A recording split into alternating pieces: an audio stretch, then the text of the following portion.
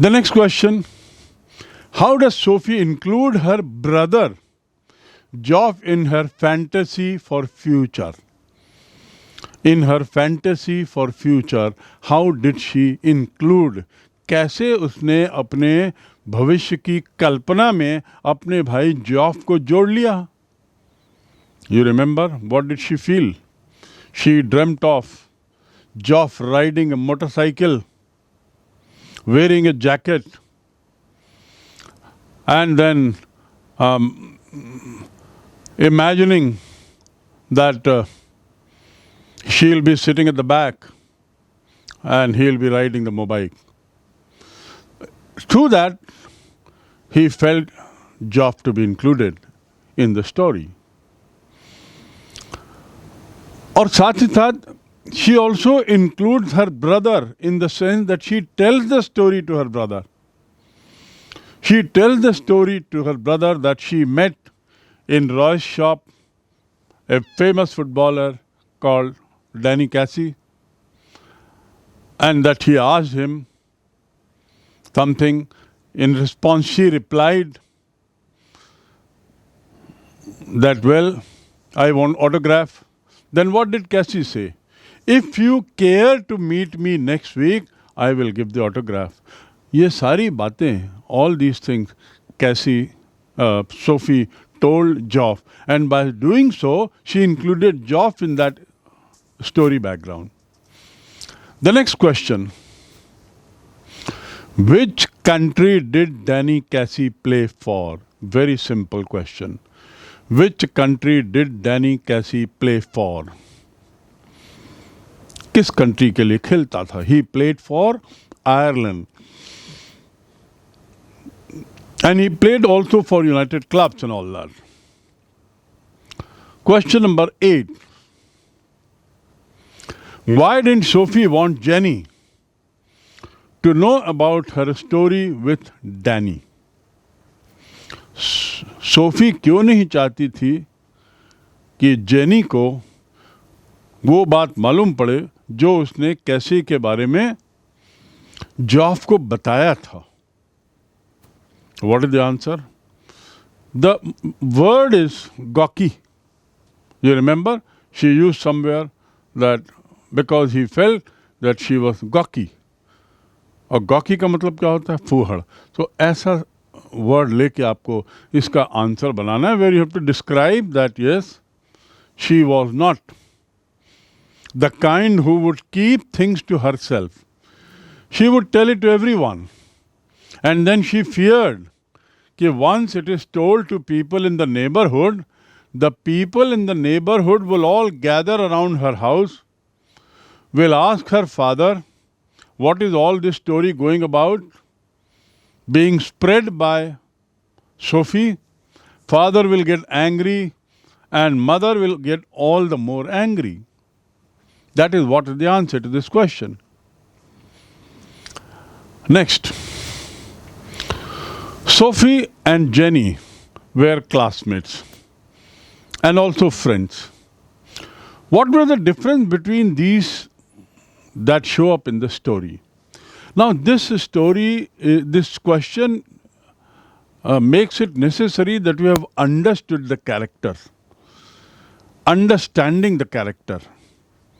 So the question is कि Sophie और जेंसी मित्र थे, सहपाठी थे, उन दोनों के व्यवहार में इस कहानी में क्या अंतर है? So you have to answer.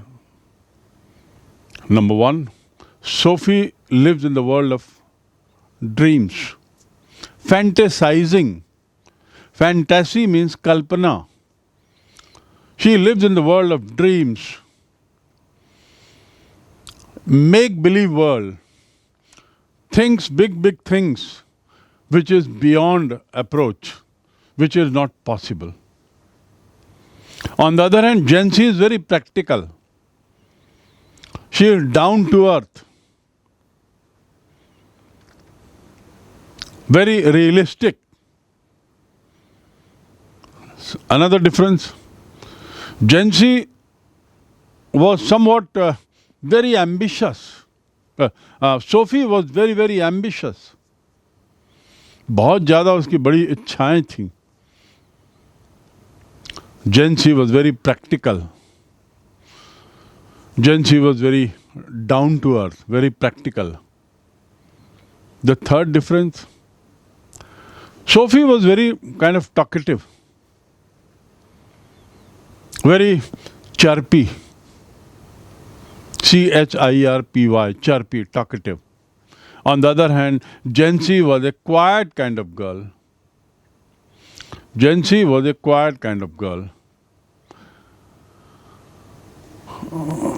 Number 4. Sophie and Jansi both came from middle class. Sophie was not bothered about this background.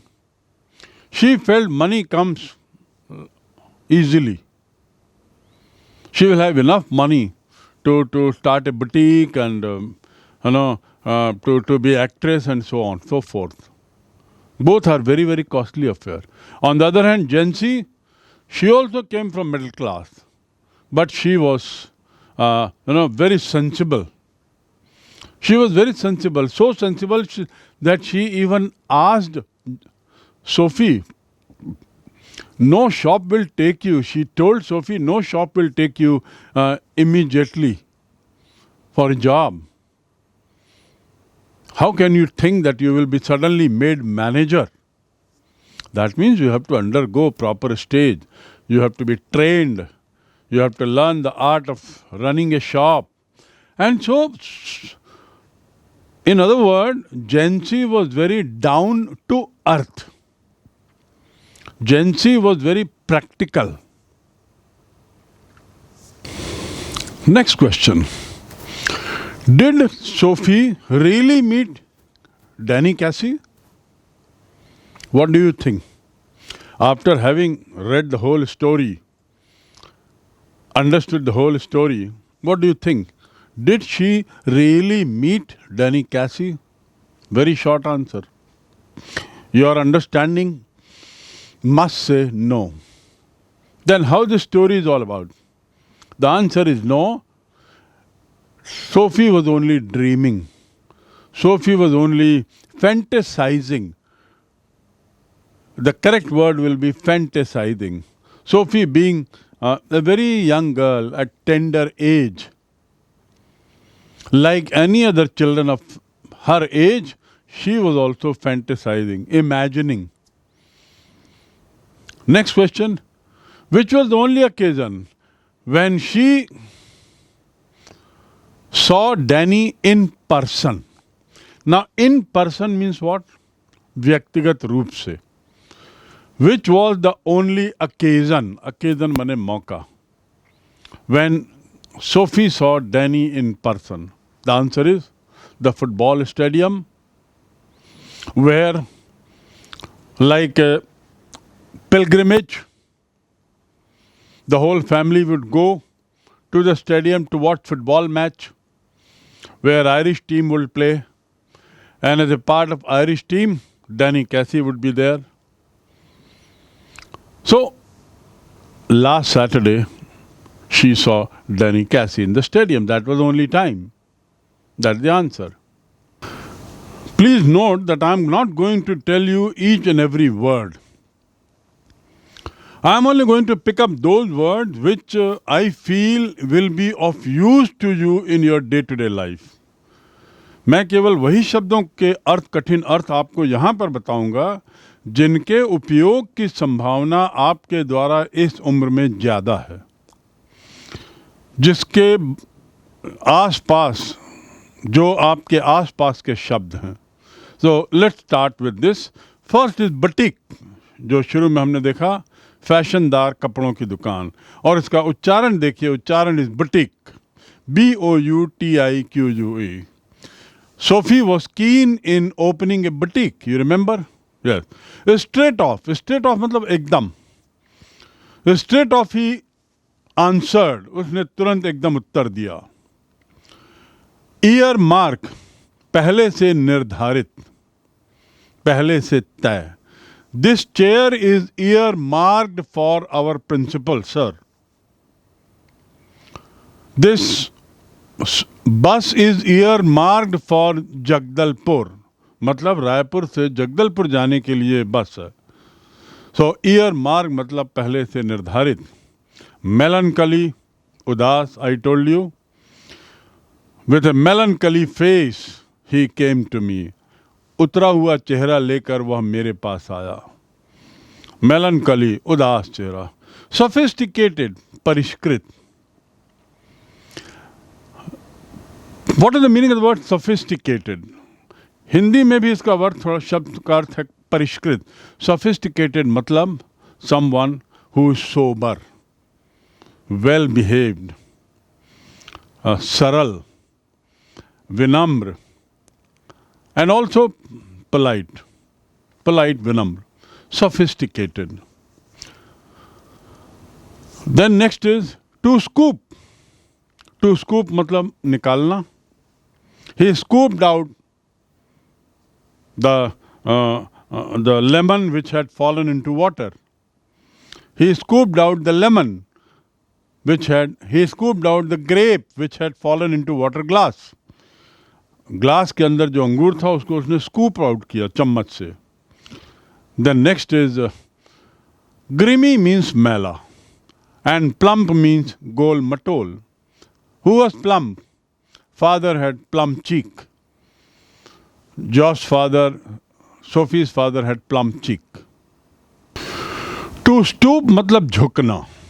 इसका बहुत अच्छा उपयोग है. Don't stoop so low. इतना मत झुको किसी के सामने के गिड़गिड़ाओ. Don't stoop so low. या इतनी अनैतिक मत बनो. To stoop मतलब झुकना, किसी भी रूप में झुकना, चाहे नैतिकता के रूप में झुकना और अनैतिक बन जाना, चाहे किसी के सामने अति विनम्र हो जाना, चाहे किसी से बहुत ही गलत तरीके से बात करने के पेश आना, तो इतना मत झुको. डोंट स्टूप सो लो. इनकॉन्ग्रुविटी, असंगति. There is incongruity in what he says today and what he said yesterday. कल और आज में उसने जो कहा है उसमें असंगति है, मिलान नहीं है. कल उसने कुछ और कहा था इस घटना के बारे में, आज वो कुछ और कह रहा है. So there incongruity in his statement given yesterday and today. तो टिंकर मतलब किसी चीज को हल्का हल्का मारना. Don't tinker with the glass table. Glass table को टिंकर मत करो. ऐसा ऐसा जो मार रहा पट पट पट पट सिक्के से, कॉइन से. Don't do that. Next is important word that you have is exotic. Exotic मतलब मोहक. मोहक. अब एक्सोटिक का उपयोग, it's very exotic to see that garden. वो गार्डन जो है बड़ा मोहक है. इंस्टिंक्टिवली. इंस्टिंक्टिवली मतलब सहज रूप से. ही सेड दिस इंस्टिंक्टिवली. उसने बड़े सहज रूप से कह दिया. न सोचा उसके पहले कि क्या बोल रहा हूं, इसकी क्या प्रतिक्रिया होगी, किसको बोल रहा हूं. बिना सोचे उसने सहज रूप से बोल दिया. He said this instinctively. अपने आप निकल गया. So instinctive is a very important word. To applaud मतलब ताली बजाना. मैंने बताया आपको APPLAUSE. अपलॉज माने तालियां और अपलॉड मतलब ताली बजाना. To applaud. We all applauded Cassie when he scored the goal. We all applauded Cassie when he scored the second goal for his team. To frown. Frown मतलब त्योरियां चढ़ाना. आप जानते होंगे त्योरी का मीनिंग क्या होता है. अपनी भौं को ऊपर चढ़ाना, गुस्से में या अफसोस करते हुए, जिसमें यहाँ पर लाइनें आ जाती हैं, उसे कहते हैं त्योरियां चढ़ाना. Why are you frowning? Why do you keep frowning? तुम हमेशा त्योरियां क्यों चढ़ाए रखते हो? हमेशा तुम ऐसे गुस्से में क्यों दिखते हो? So that is called frown. Don't frown every now and then. जब तब तुम गुस्सा मत करो. कंपोनेंट, वेरी कॉमन वर्ड, किसी भी चीज का पुर्जा उसे कंपोनेंट कहते हैं. Can you get me one component for this fan which is not working? Can you get me A component of this fan which is not working? ये पंखा जो काम नहीं कर रहा उसका एक पार्ट ला सकते हो क्या, एक पुर्जा ला सकते हो क्या? क्रैडल मतलब झूला. Man is always busy right from cradle to grave. Man is always busy from cradle to grave. Man keeps crying from cradle to grave. आदमी हमेशा रोता रहता है, पैदा होते ही रोना शुरू कर देता है, जब वो झूले में आता है मरते तक रोता है. तो क्रैडल मतलब झूला. राइट. नेक्स्ट इज जो उपयोगी शब्द है, टू रिगल मतलब छटपटाना. सोफी रिगल्ड, आपको याद है ना, Sophie at some stage wriggled in the story, छटपटाई, थोड़ा घबरा गई, नर्वस हो गई. तो WRI, तो I somehow wriggled out of this situation. I somehow wriggled out of this situation. W silent है. मैं किसी तरह इस स्थिति से निकल पाया, उसे कहेंगे रिगल आउट. किसी तरीके से निकल पाना, छटपटाना. तो शी रिगल्ड. डिसडेन मतलब घृणा. ही always looks at me with disdain.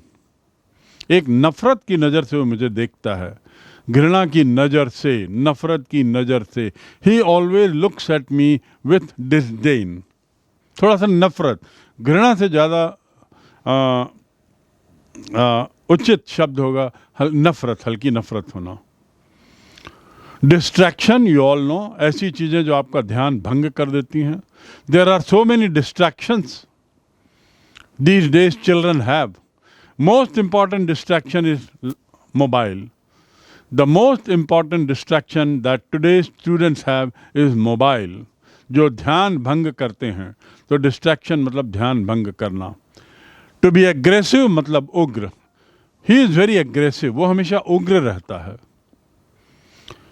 Don't be aggressive, उग्र मत रहो, गुस्से में मत रहो, तनाव में मत रहो.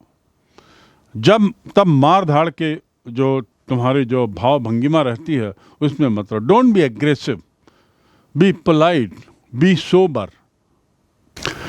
प्रोडिजी. प्रोडिजी मीन्स, मैंने आपको बताया, विलक्षण प्रतिभा वाला. आइंस्टीन वॉज ए प्रोडिजी, विलक्षण प्रतिभा वाले व्यक्ति. Bill Gates is a prodigy. Not only is he a very rich man, but at the same time he is a man with great brains. India has seen many prodigies. Bharat ने बहुत से ऐसे विलक्षण प्रतिभा वाले देखे. Ramanujan was a prodigy who was a great mathematician. Similarly there are many prodigies. तो ऐसे कोई भी व्यक्ति को या बच्चे को हम prodigy कहते हैं जिसकी प्रतिभा बड़ी विलक्षण है. एक्सेंट मतलब उच्चारण, ACCENT, accent.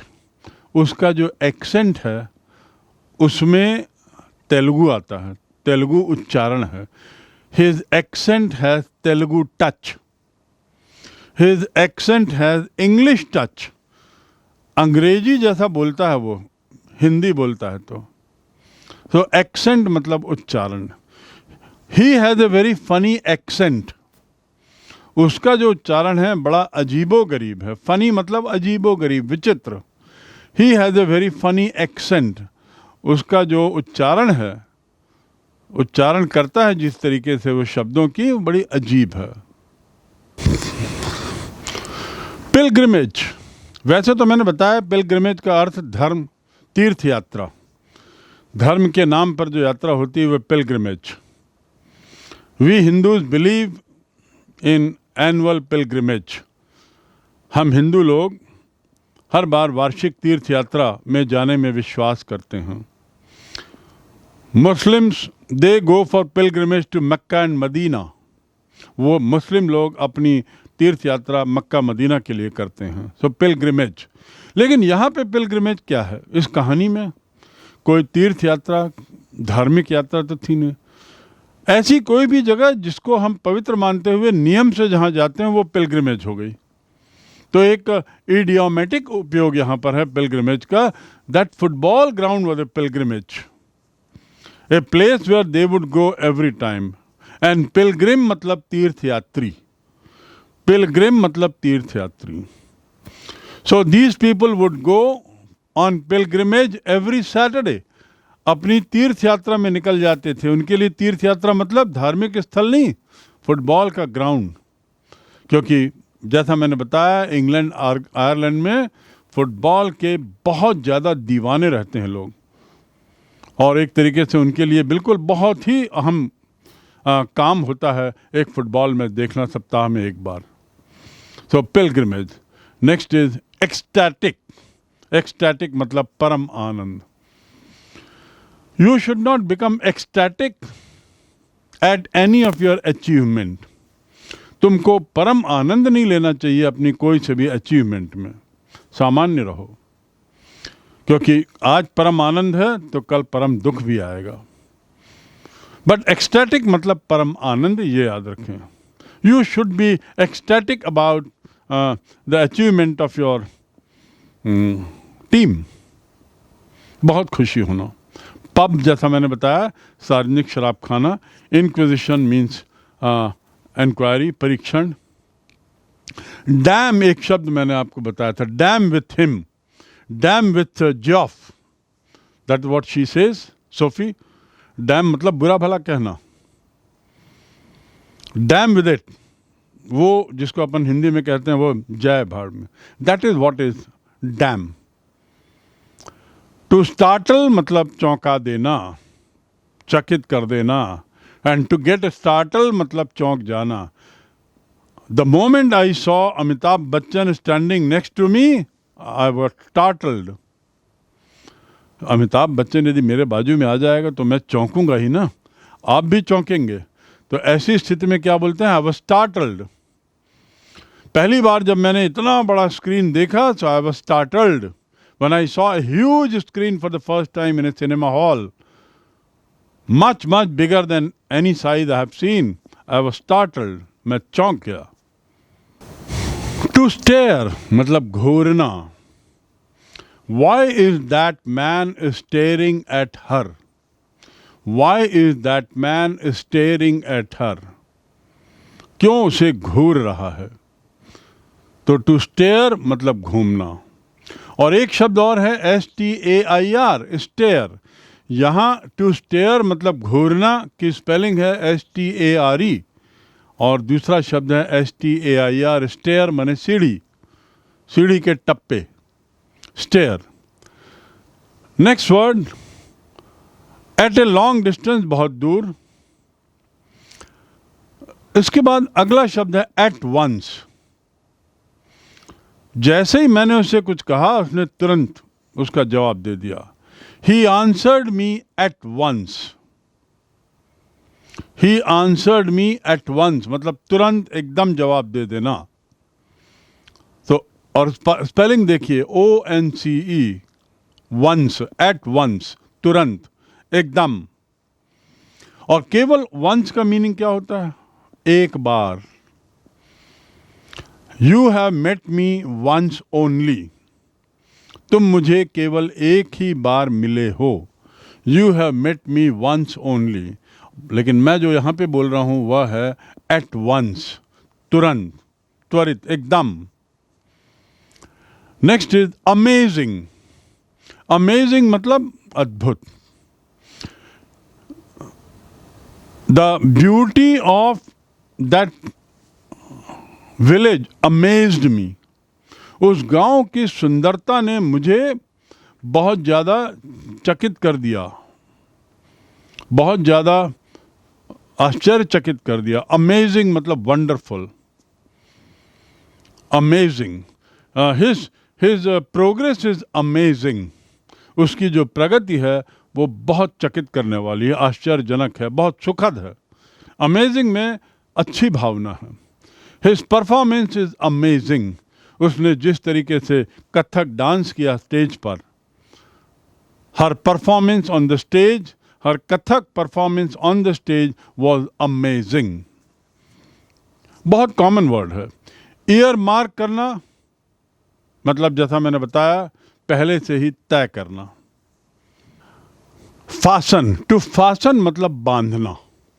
FASTEN, fasten. Fasten the not, KNOT, not माने गठान और फासन माने बांधना. फासन द नॉट, तो नॉट माने गठान, फासन माने बांधना. Please fasten up the knots in your apron. Apron क्या है आपको मैंने बताया इस कहानी में. Apron is something that they wear in front. जो लोग सफाई का काम करते हैं या चौके में काम करते हैं, वेटर लोग हैं जो सामने एक कपड़ा पहने रहते हैं, उसे एप्रन कहते हैं. सो फासन मतलब बांधना. कॉर्ड मने या स्ट्रिंग मने डोरी. CORD, कॉर्ड मने डोरी. स्ट्रिंग मने डोरी, रस्सी, डोरी. क्रुकेड मतलब झुका हुआ, टेढ़ा. और झुका, टेढ़ा मेढ़ा झुका, टेढ़े मेढ़ा झुके हुए को क्रुकेड कहते हैं. To pile up, to pile up मतलब इकट्ठा करना. Hey you have piled up lot of work, तुमने बहुत सारा काम इकट्ठा कर लिया है भाई. Why so many files are piled up on your table? आपकी टेबल पर इतनी सारी फाइलें क्यों इकट्ठी हो गई हैं? I don't believe in piling up work. मैं काम को इकट्ठा करने में विश्वास नहीं करता. को याद रखेंगे, बहुत ही कॉमन इंपॉर्टेंट वर्ड है. टू पाइल अप मतलब इकट्ठा करना. Thereafter, टू टाइटन मतलब जकड़ना. I have tighten the knot, मैंने नॉट को बहुत अच्छे से खींच दिया है. नॉट मैंने गठान. I have tighten the screw, मैंने स्क्रू को बहुत टाइट कर दिया है. टू टाइटन मतलब to make it tight. TIGHTEN, to Titan.